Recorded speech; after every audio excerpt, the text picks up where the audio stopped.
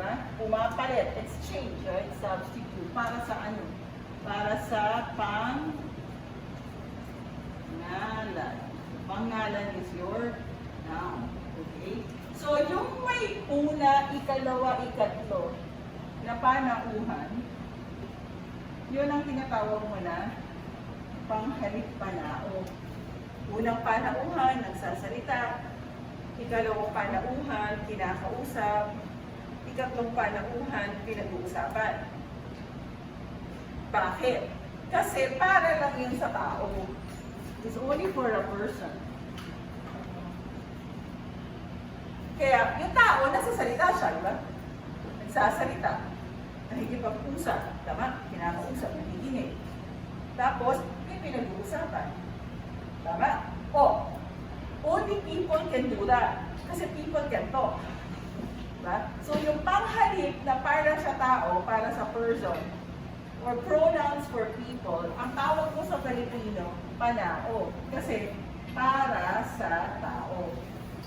So, pag nagtatanong, ang tawag mo doon, panghalip na pananong. Bakit? Kasi para sa tanong.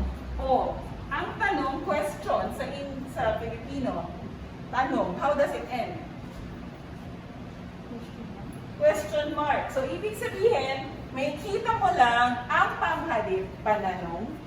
You will only see interrogative pronouns. Interrogative or question pronouns. May kita mo lang yung panghalip pananong sa tanong. Yun lang ginagawa niya. Di ba? Naalala mo? I asked you to study the question words. You remember?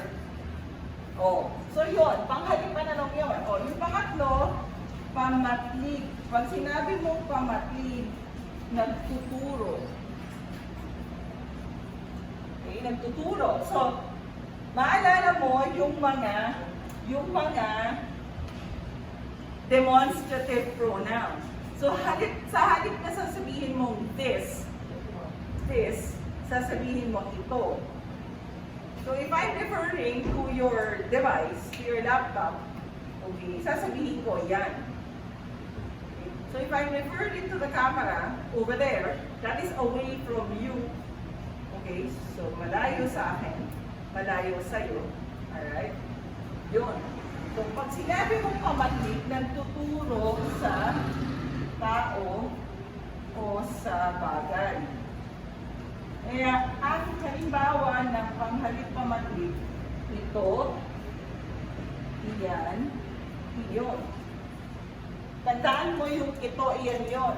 Kasi, yung ibang panghalip, gamit din yon. Lalagyan mo lang ng D. Dito. Diyan. At saka, doon. So, ano yung tatlong uri ng panghalip? Panao. Para kanino? Para sa? Okay, pananong. Tapos? Bagay na? So, pag sinabi mong panghalip, okay, ginagamit mo yung panghalip para sa tao, instead of using the name, sa halip na gamitin mo yung pangalan, gagamitin mo yung ako, ka, siya, sila, etc. Pag sinabi mong pananong, sino, ano, ilan, at iba pa. Maliwanag ko. Okay, done. Tapos na. You wanna copy?